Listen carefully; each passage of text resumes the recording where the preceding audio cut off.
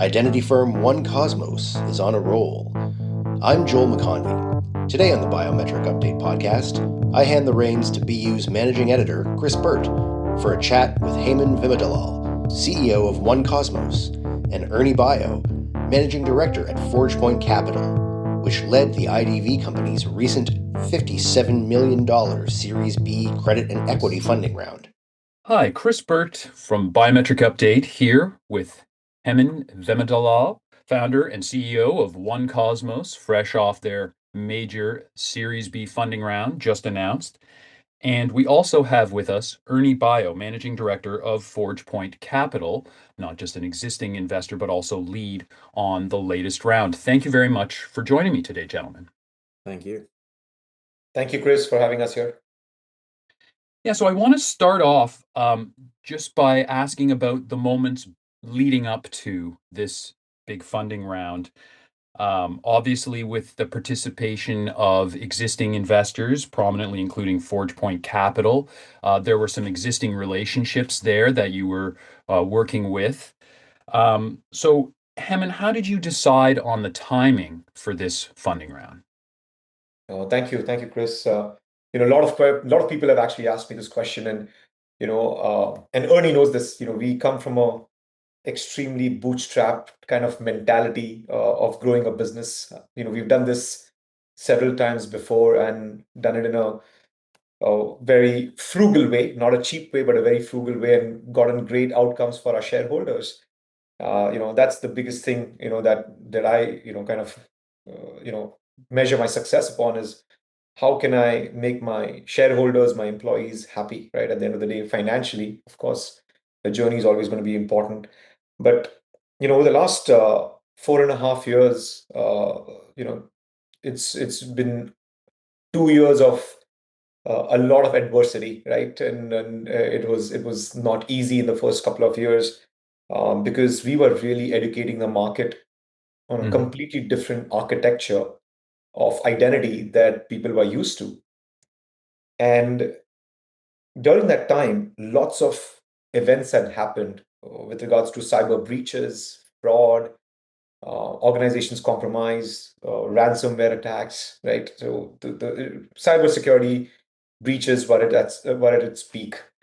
And suddenly, I think organizations started realizing that the current investments, which is billions of dollars of investments across organizations, are not, showing them results on how to protect the most important layer of security, which is identity.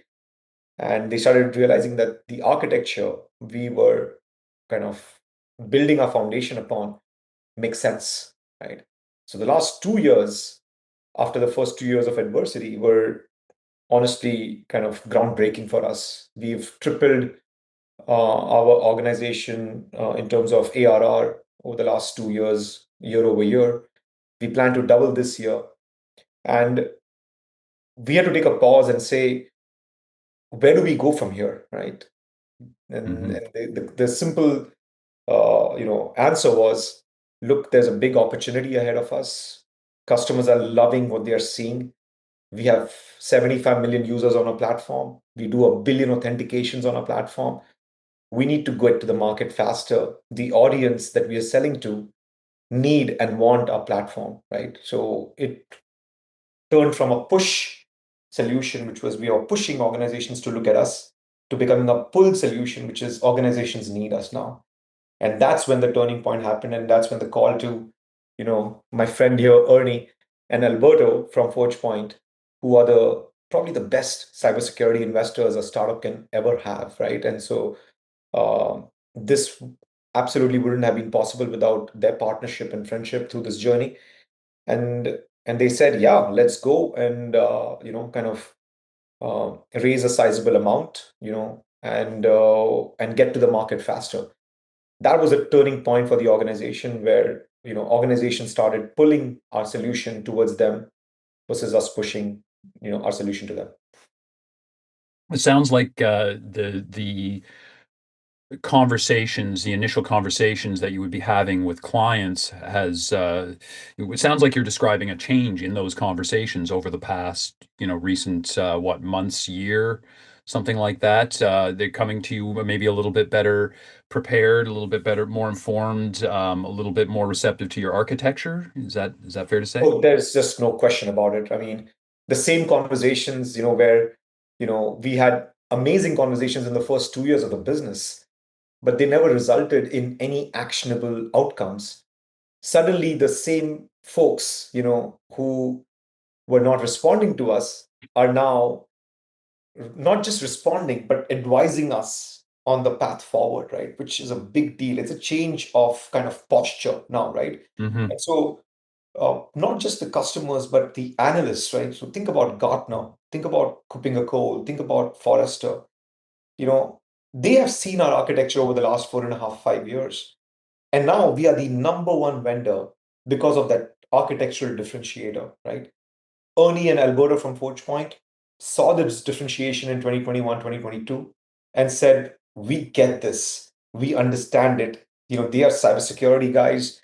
And they invested along with me in that first round. And I'm so excited about it because not just them investing in that round, in the Series A round, but they have doubled down their investment in the Series B round as well. So the guys who were kind of dismissive earlier on have turned around and are now not just embracing our platform and technology, but advising us. Our investors are doubling down. Analysts have put us highest on the security play that we are in identity. So things are moving in the right direction. Our team is super energized because they're seeing the momentum is with us right now.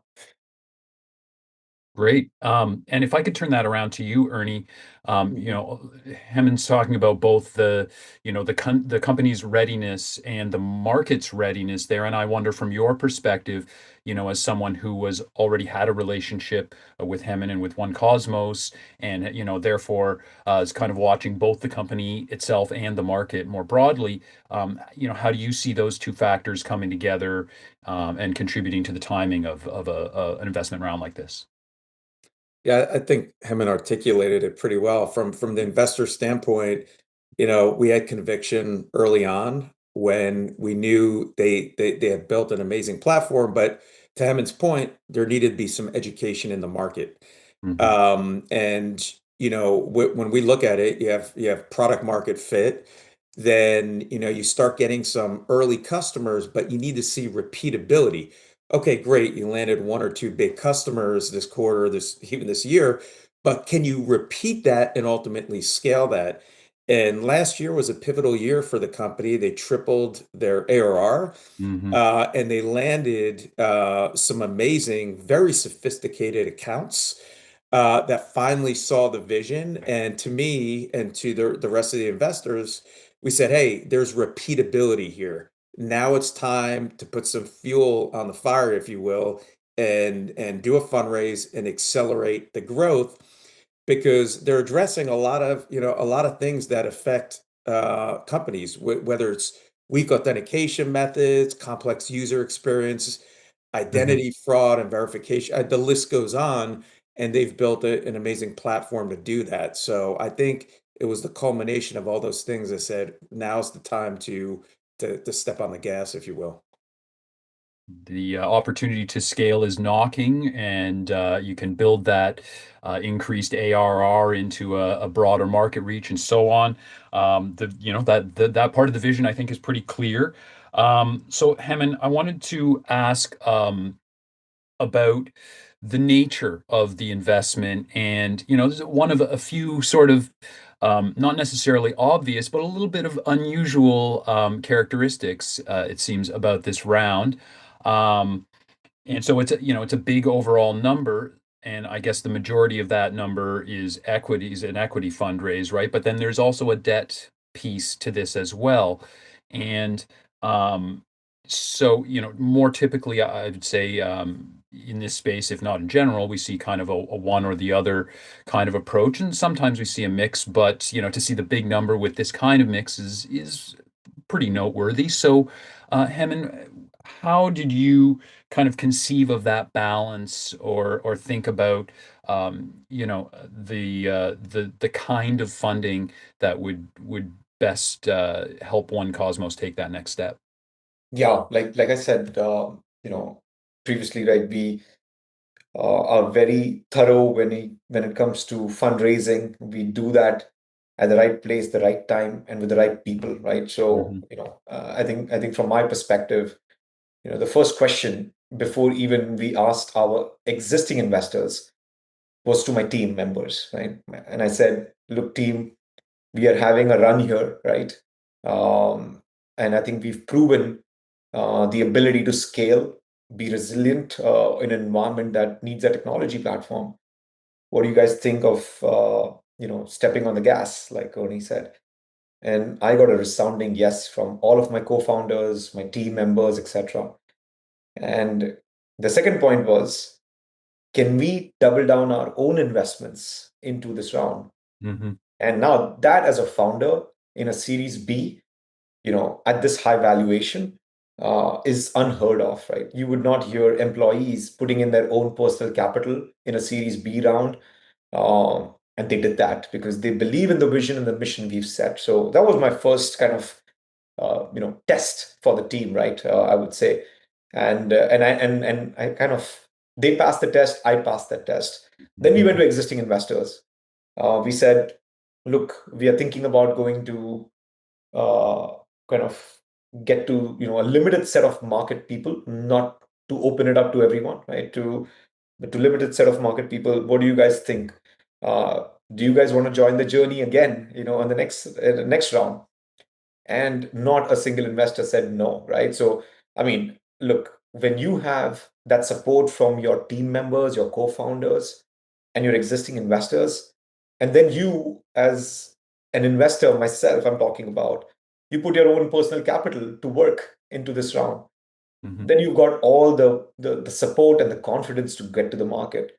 So we went to the market. We raised what we were looking for with another nice investor who's done many cybersecurity investments. And the reason we partnered with Origami Capital's Oko Venture was because they have done a lot of international work, which is where our next set of market and go-to-market opportunities are. So we partnered with them. Their knowledge in the Asia Pacific market, in the Middle East market is pretty phenomenal, because that was my goal and my target, to expand a little bit in those markets going forward. And now with their assistance, we'll be able to do so. So we got them on board. We got our existing investors on board, and then we had our existing team members on board, and then I personally doubled down the money on the cap table as well. So everything worked really well. And we said, oh man, look, the interest rates in this market are going to go down. Why don't we secure a nice line of credit as well? And so we did that. We added that to the round, and Mhm. now we have got a great runway to kind of think about spending in the three different categories that we've kind of allocated towards this funding round. So a good bandwidth for us. We were, as a company, and Ernie knows this, we were always in a great cash flow position, because we run the company very, very diligently in terms of monies, right? And so just because we've got this money does not mean we're going to go in and you know sign up something on Nasdaq or on Times Square or create kind of high production videos. We still shoot Ernie's video on iPhones. We still shoot my videos on iPhones and edit it ourselves.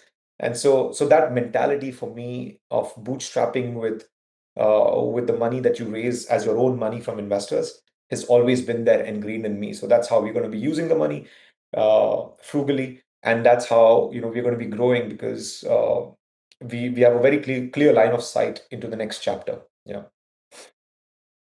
Excellent. And if I could turn that around to you, Ernie, from an investor's perspective, when you're talking with someone like Hemen leading a company that's considering its balance of funding, and what that runway that Hemen just referred to should consist of, how it should be managed. You know, forgive my ignorance here, but this is really kind of, I'm kind of asking what's going on behind the curtain a little bit. As a VC, do you have a preferences, let's say, in terms of what the funding mix should be, and and advice for Hemen as as someone who's already invested in the company in terms of what an appropriate mix would be, or a lean one way or the other. Yeah, well, hey, it's very common to raise equity and then to raise debt in conjunction with that, Okay. because the banks don't want to give you money when you're running out of Right. cash. They want Sure. to give you money when you're well capitalized. So that's actually very common. What's uncommon is, Hemen put a material amount of his own money into the Series A, and we were the only investor in the A. And he and his co-founders this time around put a material amount into the Series B, which is also very common. Like sometimes you see founders put money, pre-seed very early on, Sure. but to double down their capital in the Series B is very rare. So that's obviously a great sign of conviction of the founding team. But the other thing Hemen mentioned is, it's one thing to have all this capital, all this ammunition. It's another thing to grow the company in a cash efficient way. Hmm. And as an investor, we're always looking at that. It's like, if you're growing a lot and your what we call the burn ratio is top quartile, then Hmm. that's exciting because every dollar you're spending, you're getting multiples on that of growth. So they've been able to do that. And to his point, they're expanding globally. So whether it's EMEA, APAC, North America, what have you, they're able to grow efficiently, which makes us happy as investors. Absolutely. Understandable. So, Hammond, turning a little bit more to the actual technology side of things, and your plans for advancing digital identity security.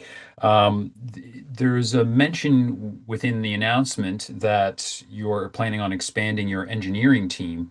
And so I wanted to ask you a sort of a two-pronged question based on that. One, invite you to make a pitch for the perfect engineer that we can, then broadcast out to, maybe any engineers in the industry looking for a position, but also just in more general terms about how you're planning to develop your product stack and so on.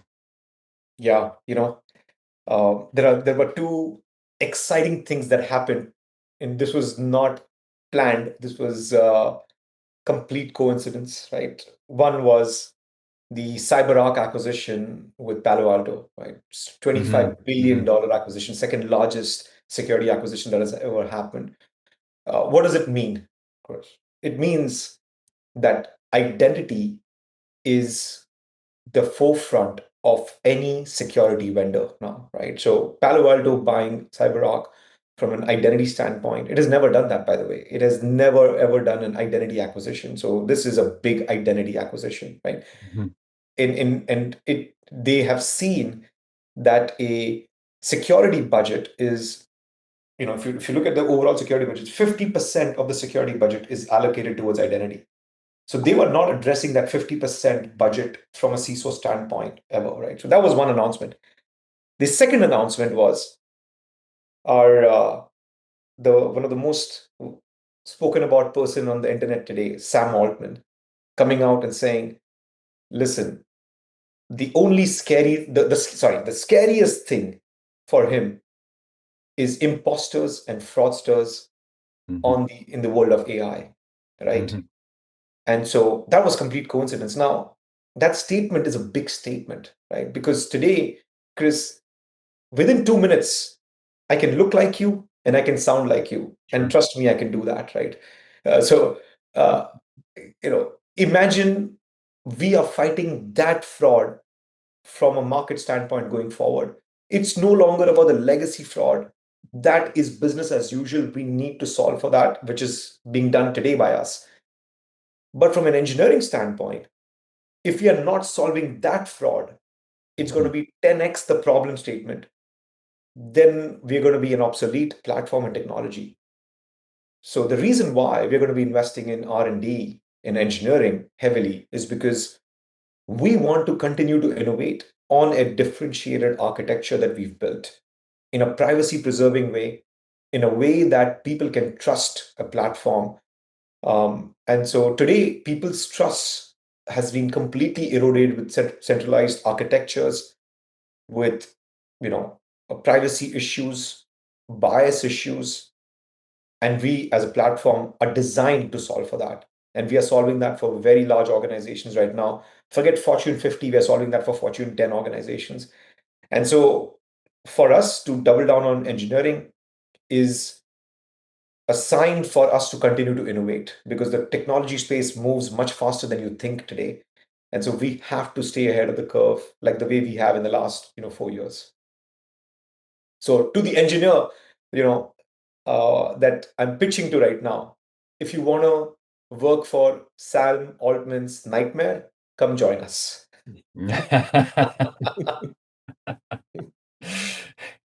I think it's a nightmare that's shared by a growing number of people, which I guess speaks to the switch from the push to pull that you referred to earlier. So yeah, and it seems like an area that has really fired up a lot of the community. So I would imagine you'll get a lot of highly qualified engineering applicants soon to fill that exact role.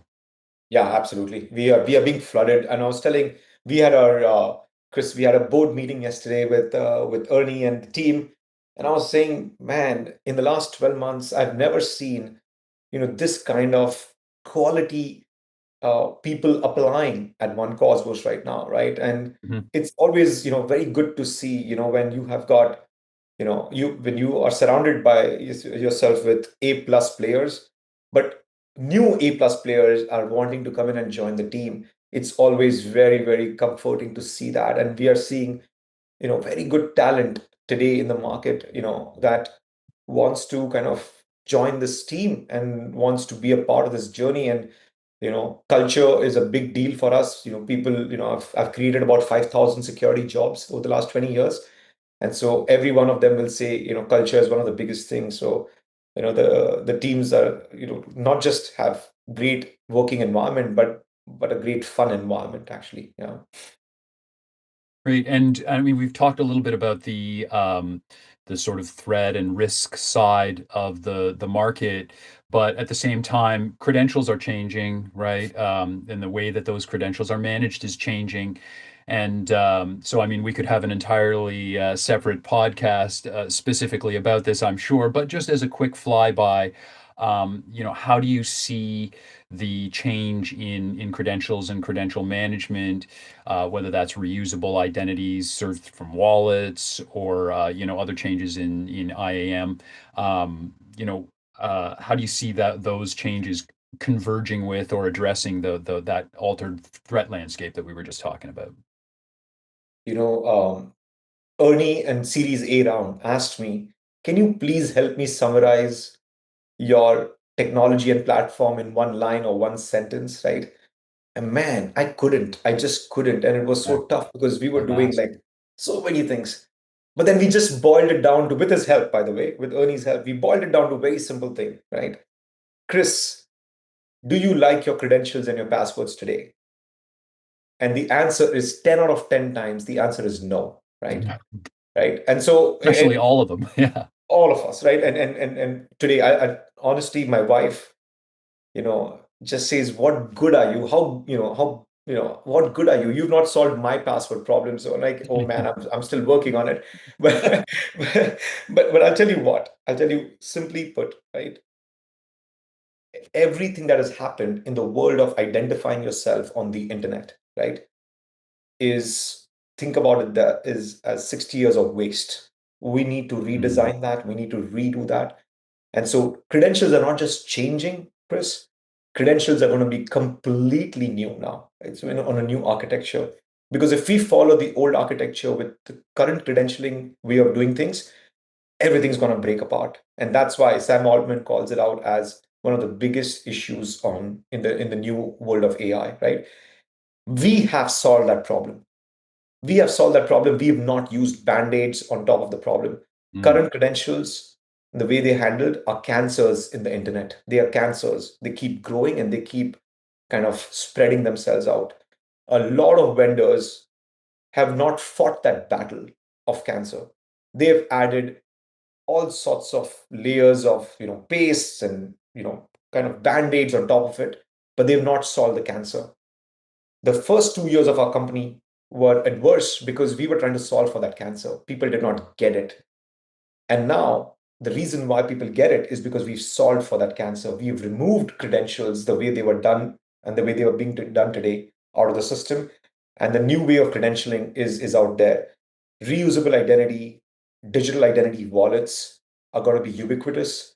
And you'll see over the next 3 to 5 years, everyone will have that. Just like the way you have an Apple Pay, Google Pay on your phones, you're going to have a reusable identity of your own on the phones or in any other device.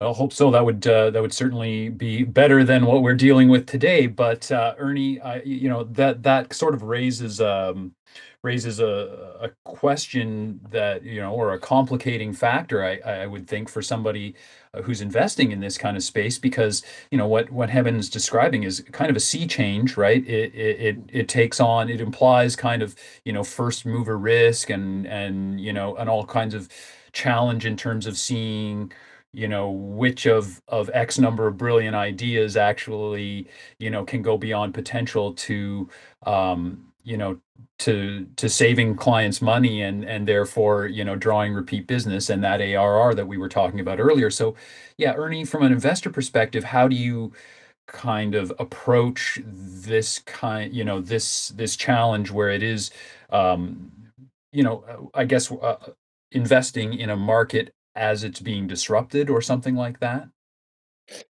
Yeah, I mean, the first thing is you have to understand the space and have conviction early on. That's why we invested 4 years ago, right? We invest when things are not obvious, and over time, the company educates the market.